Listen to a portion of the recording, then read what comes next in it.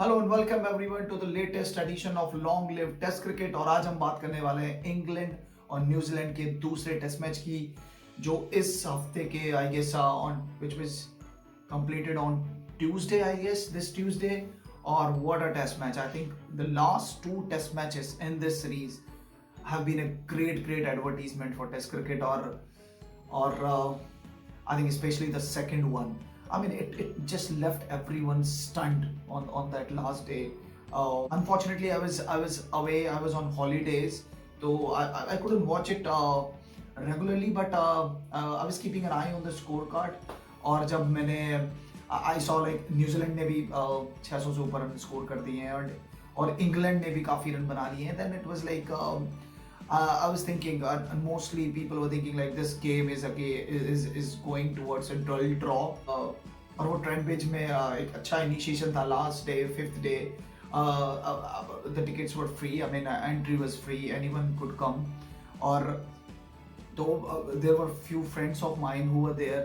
तो सभी एक्चुअली बस they were thinking like it could be a New Zealand victory or a draw. I mean, these two are the most probable results because उस समय तक before that fifth day, New Zealand were on a sort of score where it was like unlikely for England to win that game from there. पर this shorter format अब इस तरह से घुस चुका है टेस्ट क्रिकेट में, you never know actually. और फिर बेस्ड हो, अगर ये बोला जाए New Zealand have been bested and इसमें कोई गलत नहीं होगा, and that was such a freakish inning.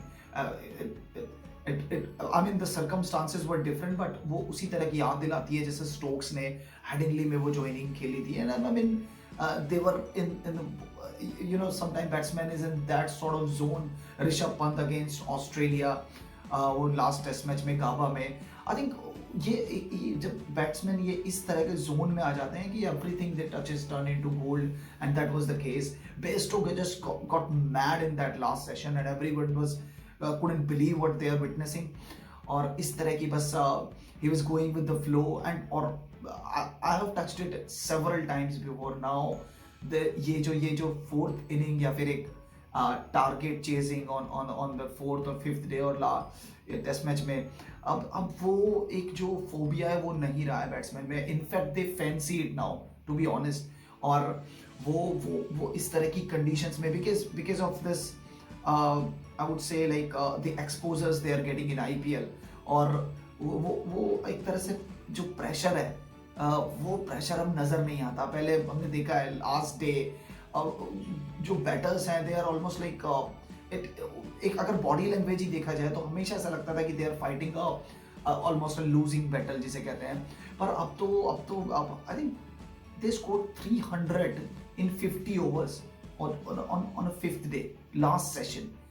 Would you believe it? I mean, अगर ये स्कोर लाइन आप किसी को 10 साल पहले या 15 साल पहले बताएं, I mean, I don't think he's going to digest it because score बने हैं. ऐसा नहीं है कि काफी बड़े टारगेट भी चेज हुए पहले में, but on those cases there were always like enough overs to do that.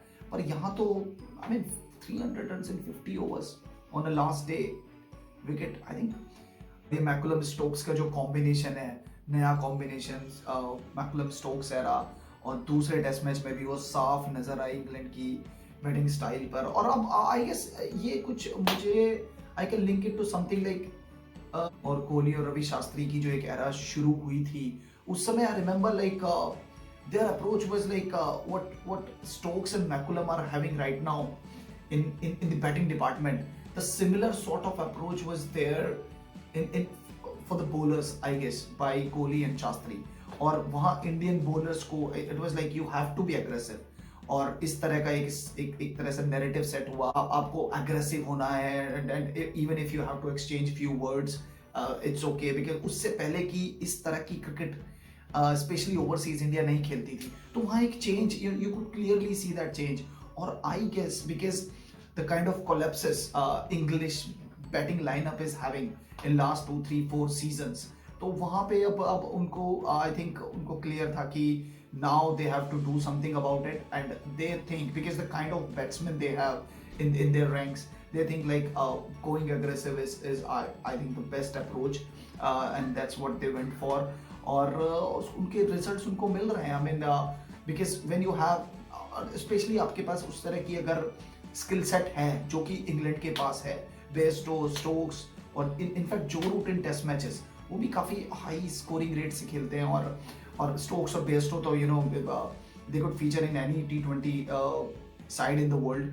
और वो उसी तरह से तो उन्होंने ये जो एक स्पाइन मिल गई है उनको, और इसके उस पर उन्होंने क्लियर एक प्लान उनका सेट है कि एक माइंडसेट उनका सेट है कि we have to be aggressive in whenever we will be under pressure और समथिंग. और अगर they went for this chase actually, अगर Chris Silverwood, I am sure अगर क्रिस सिल्वरवुड होते यहाँ पे कोच तो they would have never gone for that chase. I am sure about that. और यही एक जो मेंटल एक बिकॉज एट दिस लेवल, इतने हाई लेवल पर जब आप क्रिकेट खेलते हैं तो ये छोटी छोटी चीज़ें एक्चुअली रिजल्ट में रिफ्लेक्ट होती हैं.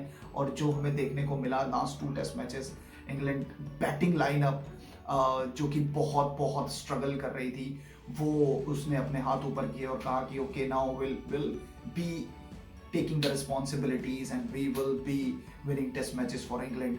और तो ये एक काफ़ी इंग्लिश फैंस के लिए काफ़ी अच्छा बदलाव और जो भी कहो उन्होंने किया है, तो काफ़ी अच्छा उनको एक अब now they are looking forward to the future test matches. और उन्होंने सीरीज अपने 2-0 से अपने कब्जे में कर ली है. और आई थिंक और good thing about this ICC world test cricket जो चैंपियनशिप है, उसकी सबसे अच्छी चीज़ ये है कि इवन दैट थर्ड टेस्ट, और despite having the series in their back, still the teams want to go for the kill, go for the clean sweep, or they don't want to lose any point. England चाहेगा before that big test match against India, वो New Zealand से तीसरा test match भी जीत कर, और वो old cliché cricket का कि, और क्रिकेट के आज पूरे स्पोर्ट्स का कि keep the momentum on your side. और क्योंकि ये वाली सीरीज तो वो जीत गए हैं, but immediately they might have to face a series defeat, क्योंकि इंडिया इज 2-1 अप. और what India needs in that lone test match is just a draw. तो इंग्लैंड को वो मैच जीतना ही होगा और उस सीरीज को ड्रॉ कराने के लिए. तो I think this is shaping up very nicely for that big test match. और अगर न्यूजीलैंड की बात करें तो honestly they must be thinking कि we didn't do much wrong actually. 4 test matches back to back हारते हैं, जिसमें आपने फाइनल इनिंग में you set a target over 250. So I think you definitely you haven't done much wrong. Only thing is you didn't do things right at right moment.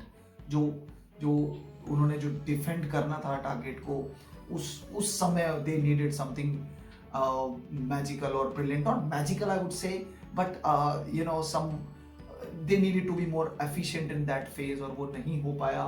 और एक bowler भी shot थे वो जेमिसन नहीं खेले, जिसका भी काफ़ी इम्पैक्ट हुआ. तो क्योंकि वो लास्ट सेशन में स्पेशली कहीं भी वो टेस्ट मैच जा सकता था. England were 93 for 4 at one time, तो वो कहीं भी जा सकता था.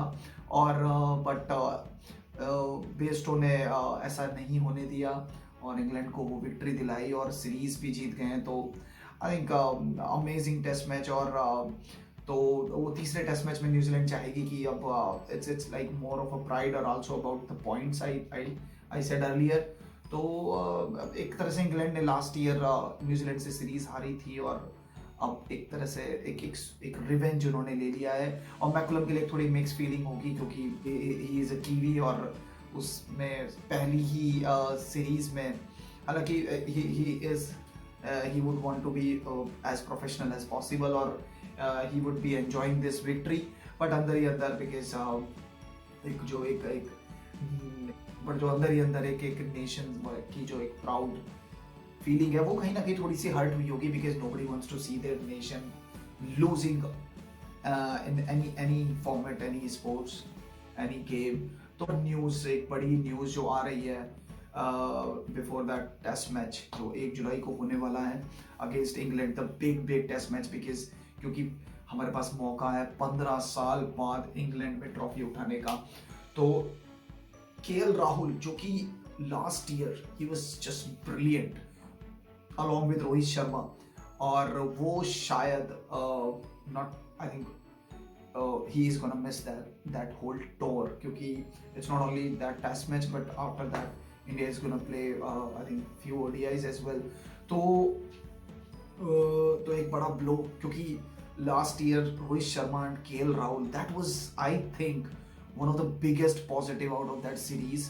और क्योंकि आई रिमेंबर बिकॉज मैंने देखा है कि जो इंग्लिश कमेंट्री पैनल है या जो इंग्लिश पंडित्स हैं, उन्होंने भी बहुत तारीफ की थी कि the way Rohit Sharma and KL Rahul played on those tough conditions, और opening batting in England is I think the toughest job I believe, और उसमें दे वर जस्ट ब्रिलियंट। और I don't know how much it's gonna impact और who's going to replace him.